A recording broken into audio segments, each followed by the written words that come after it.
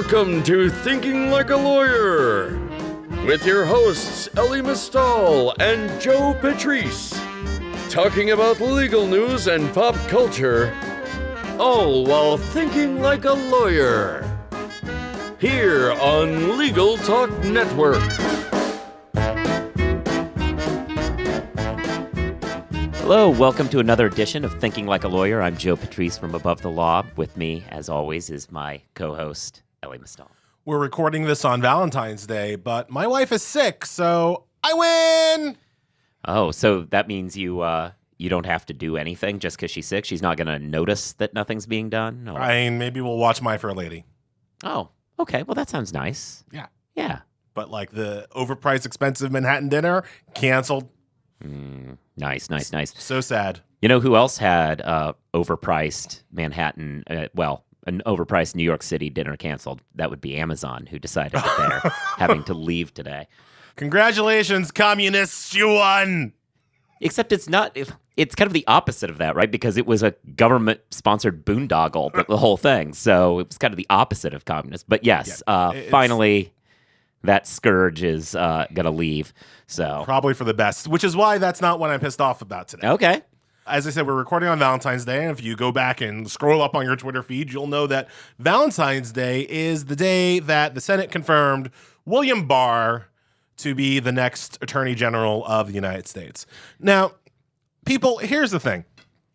I understand that Matt Whitaker was horrible. I understand that he was kind of a nightmare.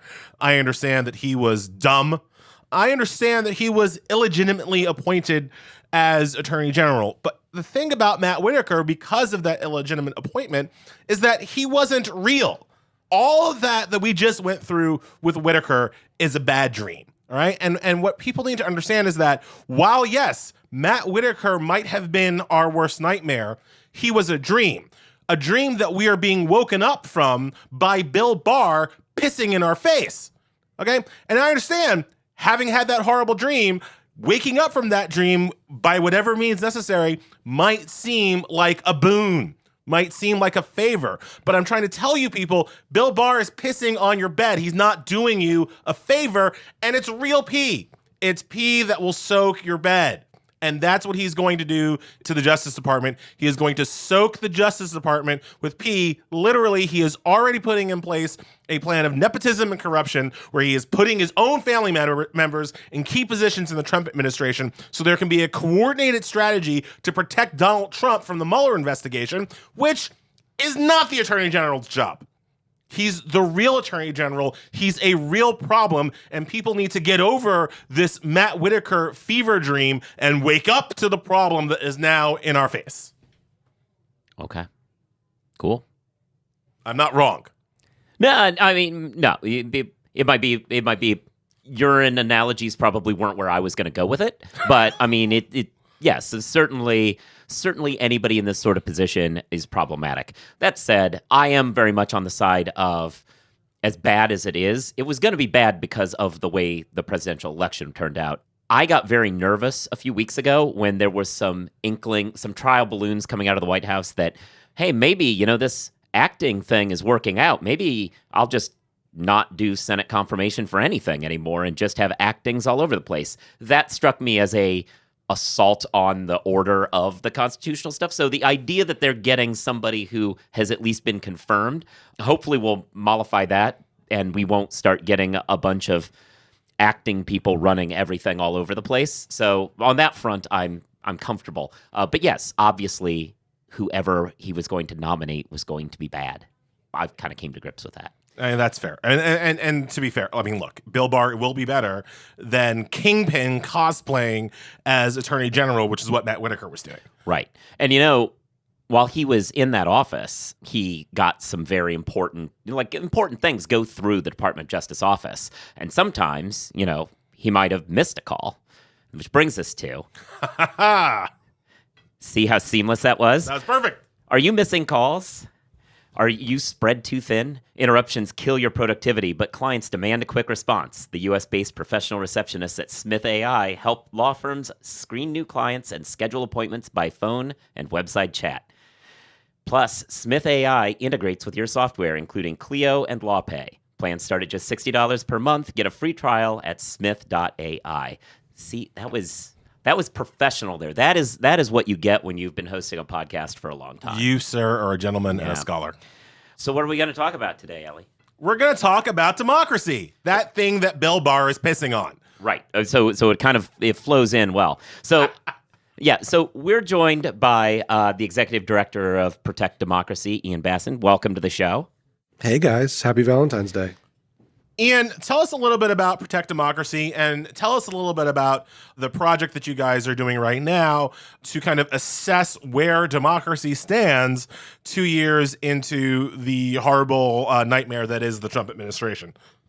Well, the first thing I would say about Protect Democracy is I think we all should wish that we didn't exist and that we could just go away, because we shouldn't need an organization in the United States of America in 2019 called Protect Democracy. We should maybe have one that is Perfect Democracy, maybe one that is, can we make our democracy better? But we shouldn't need one that says protect it.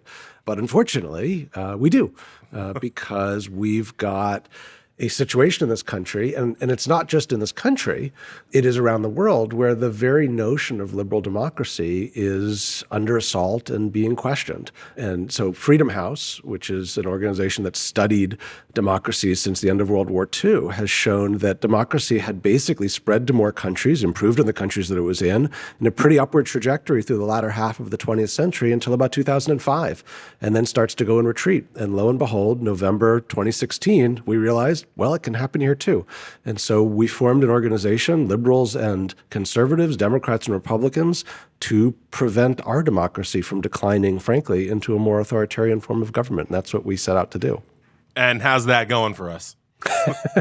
Well, the good news is the organization itself is quite robust. We've filed, I think, more than 4 dozen lawsuits and are gaining traction on a lot of them. Have had some important victories. Recently, we forced the Department of Justice to admit that its propaganda report that immigrants are the cause of domestic terrorism was littered with errors. We're challenging them in court to retract it. The chair of the House Homeland Security Committee has requested of Secretary Nielsen that they retract this report. You know, there's a not pretty history when you look back into the annals of history when governments put out misleading information about vulnerable populations and try to scare people about them. That doesn't tend to go well historically. So, you know, important that we actually have laws in this country that don't allow that to happen too easily. We sued under something called the Information Quality Act. Lo and behold, such a statute exists that says when the government puts out statistical data, it's got to meet some baseline methodological requirements.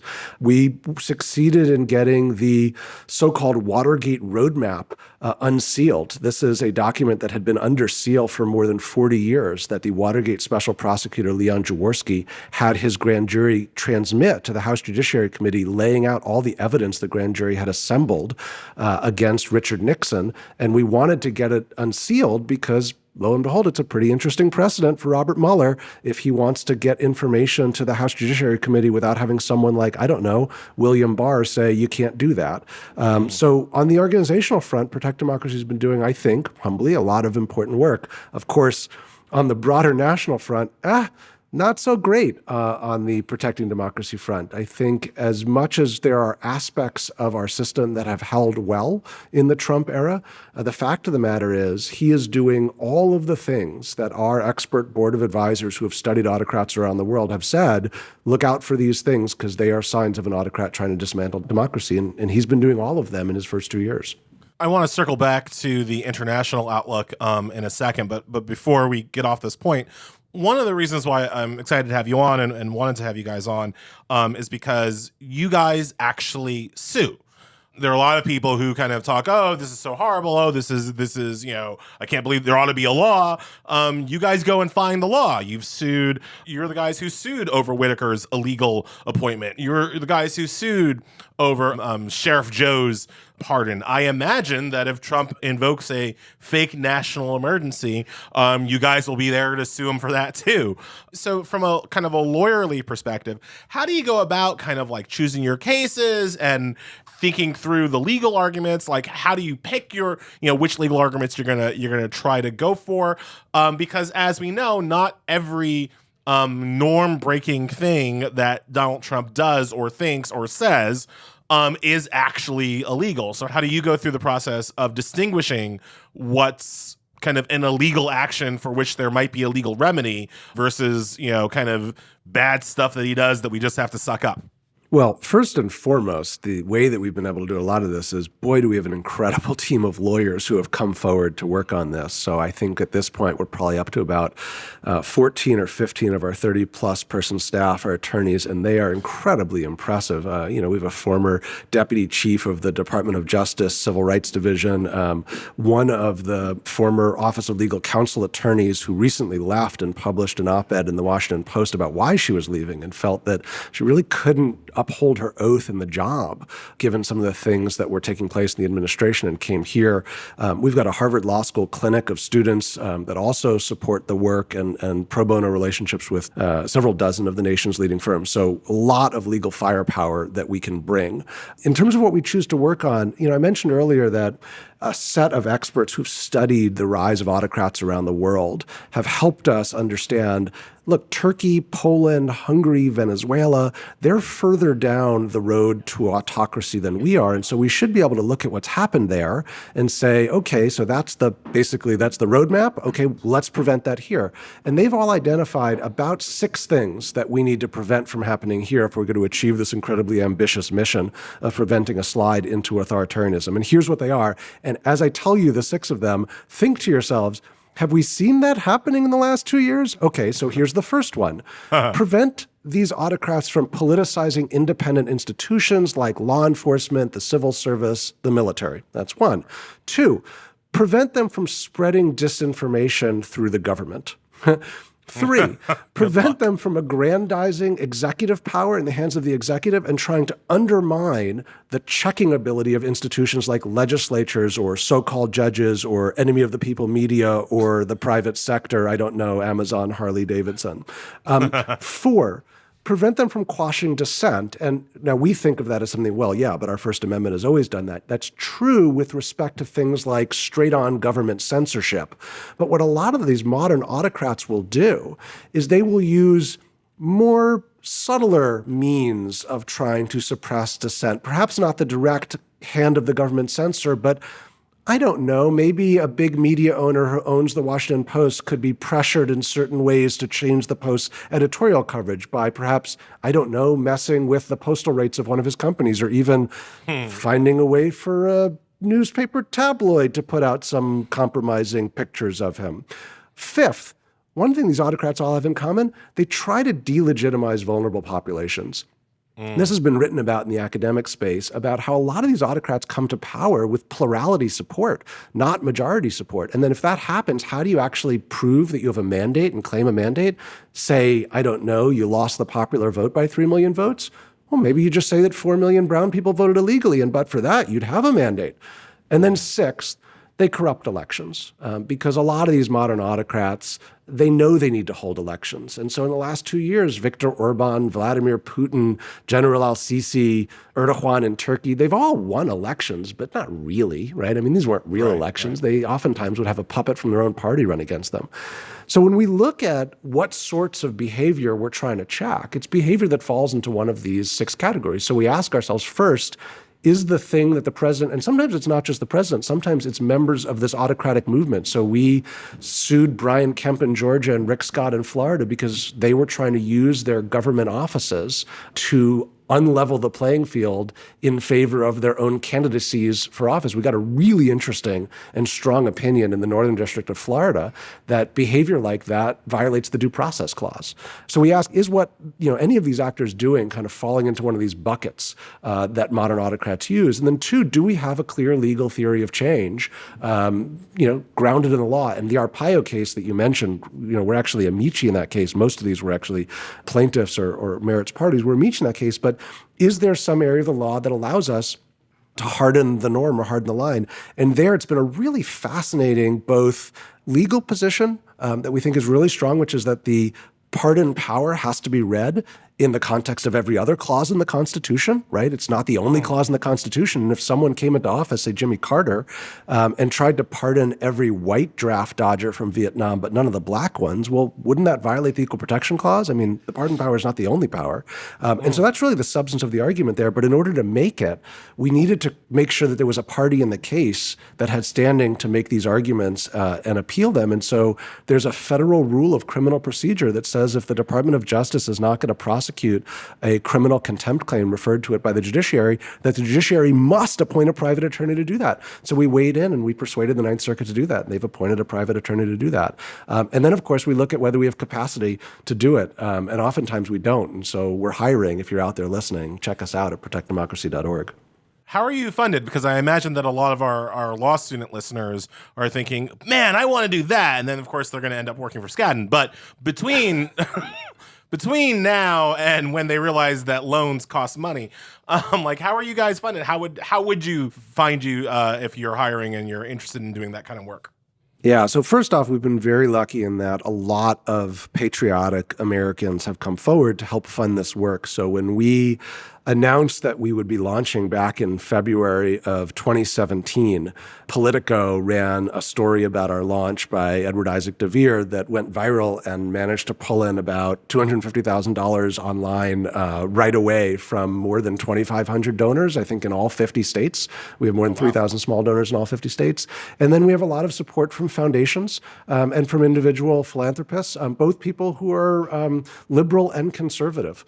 So, we've been able to put together a decent amount of funding to do this work, and that allows us to at least pay people a reasonable amount. We're not going to pay the same amount as a private law firm, but I think if you want to do nonprofit work, we've tried to make it so you can actually do this work and raise a family, because I don't think you should have to martyr yourself financially to try to do good in the world. We should reward that sort of career and behavior, and we try to do that.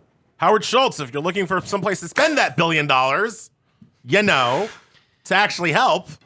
Yeah. There may be some other things he could do to help our democracy. Agreed. So one thing that obviously there's a lot of attention on Trump because he makes a lot of attention be on himself. But for some of us, he's like, for me, I think where Ellie and I kind of divide politically is I'm less concerned about Trump as an individual character and more concerned about the broad movement that he's been a part of. And so one thing that I wanted to get into about the work you do is sometimes it's not just the federal government. There are state governments that have been hijacked by certain groups to execute kind of an anti-democratic agenda, whether it's voter suppression or killing off unions, whatever it is. They're doing things in these states to kind of, I guess, the line could be like laboratory of undemocracy. Like what stuff are you? I think that's actually a thing that you've all said. What do you do with these states to kind of keep the pressure on them to live up to what their obligations are? Yeah, I mean, you're starting to see these ideas bubble up in the states that if they start coming up to the federal level, they're going to be really dangerous. I mean, so just to name three, earlier I mentioned the efforts of people like Brian Kemp and Rick Scott to use their government offices to help their electoral candidacies when they were running for office and also overseeing the elections in which they were candidates. I mean, to Ellie's point earlier, like there should be a law, right? There is. It's the Constitution. Yeah. But then you've got these cases like North Carolina, Michigan, and Wisconsin, where essentially what has happened is the legislatures in those states have tried to void the will of the voters by saying, oh, wait, you elected someone from a party different than ours? Well, we're just going to strip that person of power so they can't do anything. And so we actually are part of a lawsuit in Wisconsin to nullify the lame duck legislation in Wisconsin, which essentially tried to undo the will of the voters there. And then the other thing that almost happened, and thankfully it didn't, if you recall the Roy Moore episode from last year, Governor Kay Ivey in Alabama was under a lot of pressure to postpone that election so that Republicans could replace Moore on the ballot because they thought he was going to lose. I mean, think about how scary a precedent that would have set if just because one side was going to lose, a governor from that party postponed the election to avoid that result. And I guarantee you, if she had done that, the person who would have been watching that incredibly closely sits in the Oval Office and would have thought about, well, if she can do that, right? Right. So we actually were prepared to challenge in Alabama there, and thankfully we didn't have to. And so instead, we published on our website sort of a how-to guide for why that would be unlawful and unconstitutional and how to challenge it. So I think we definitely need to be paying attention to, as you noted, kind of these laboratories of undemocracy in the states, because that's where these bad ideas are going to start to bubble up. But the other thing that we're focused on, and maybe I can, if you guys will allow me to play a little of sort of marriage counselor between the two of you, is I don't think it's a mutually exclusive choice between whether we need to be afraid of Donald Trump on the one hand or afraid of kind of the general sort of movement on the other. I think it's both, right? And the way that we think about it a lot is, yes, Donald Trump poses an acute threat to our democratic institutions, but he is symptom, not cause. And if we're not careful, the worst thing that could happen is he could lose in 2020 and we could all say, wow, we survived that great, wipe our hands of it and walk away. And if that happens, Trump 2.0 is coming, right? Yeah. Because someone is out there watching what's happening now and saying, scratching their chin, oh, so the American people are open to this strongman style of governance, but that guy's pretty incompetent. I can do it better. Right? His name is Tom And Cotton. unless we use this moment as an opportunity, this crisis as an opportunity to strengthen the guardrails post-Trump, that person's going to come along and do a lot more damage than Trump was able to do. And so as an organization, we don't just litigate. We actually have an agenda that we put out called our Democracy 2020 platform that lays out an agenda for the next president. And we are reaching out to all of the candidates to say, you are going to have a opportunity and a responsibility after Trump, sort of like what happened after Nixon, where you had this host of reforms that sort of came from 1972 to 1979, where the country kind of said, what the heck was that? How do we prevent it from happening again? If we don't seize that moment, we're going to be in a lot of trouble 5 years out. Talk a little bit about, now circling back, talk a little bit about the international aspect here.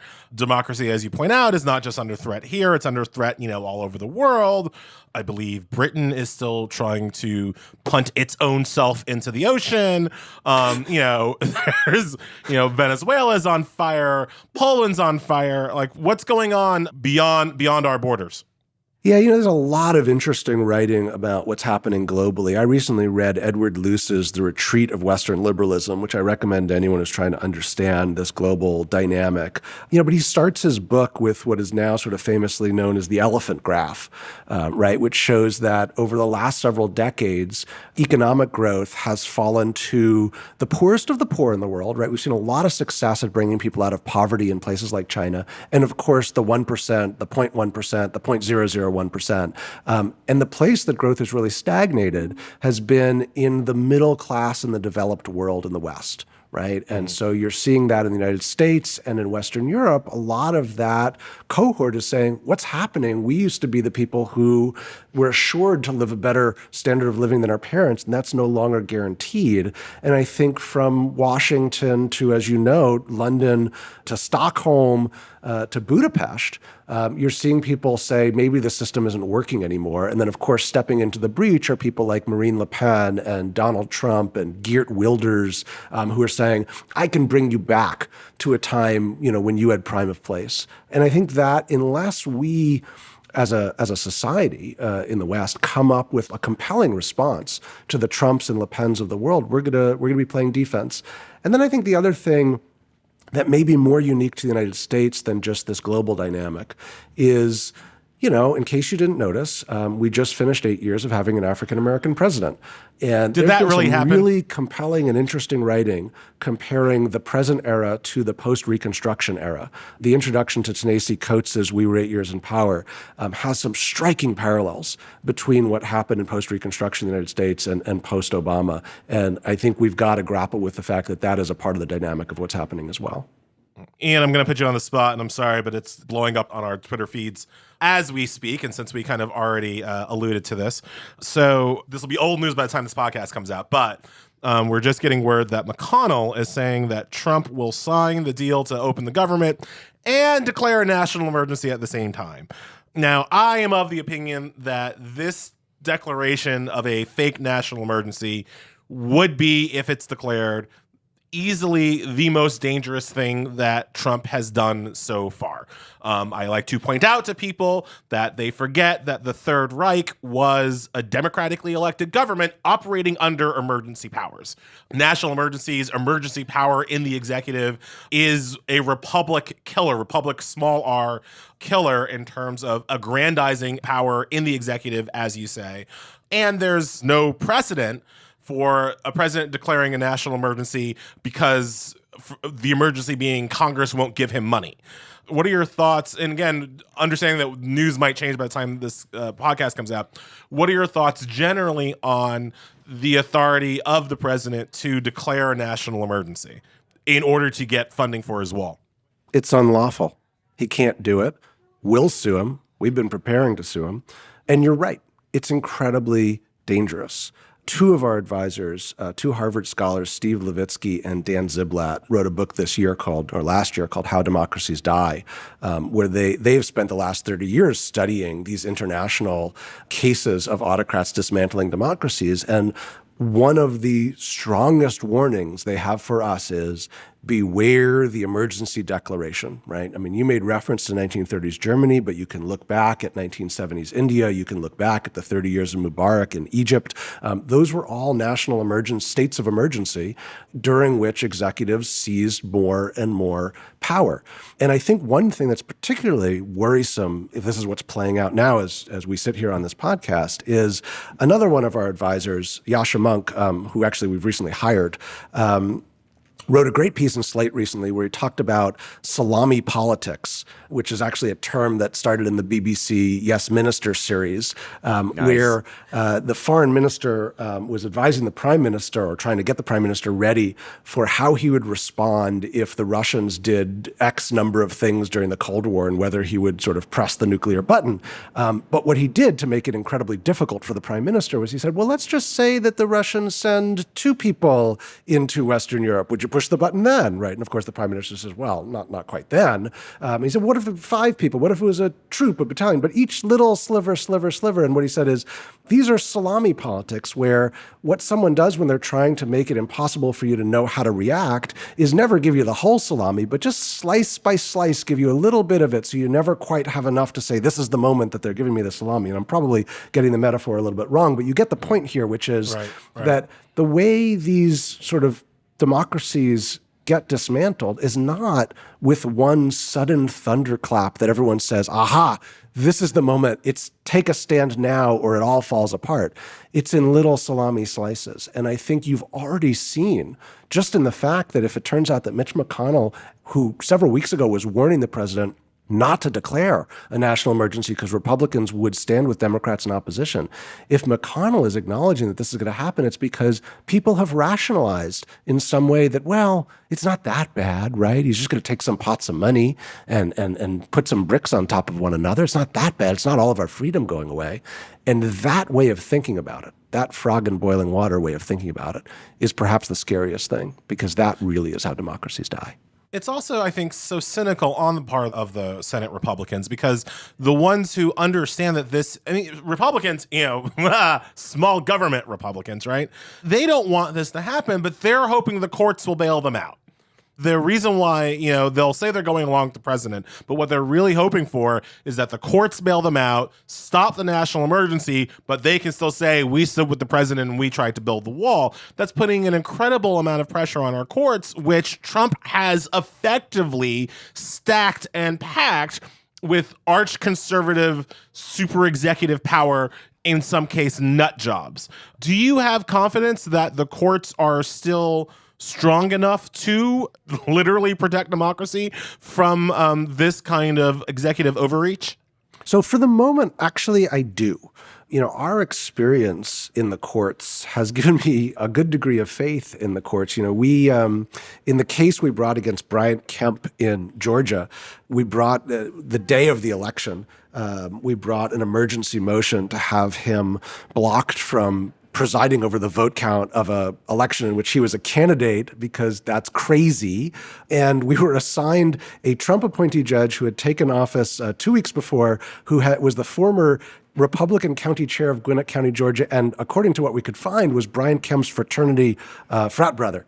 And we thought, are you kidding me? Like, could you possibly get a worse draw than that? And yet, Kemp's lawyers walked into court the morning of the emergency hearing and tendered his resignation to moot out the case.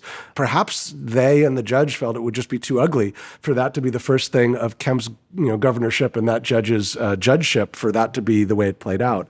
But I also think John Roberts is kind of the model of the conservative who should be skeptical of the things that Trump is doing. And unlike Paul Ryan or Mitch McConnell, who've been utterly spineless sellouts to our democracy, John Roberts doesn't have to run for office every 2 years or every 6 years.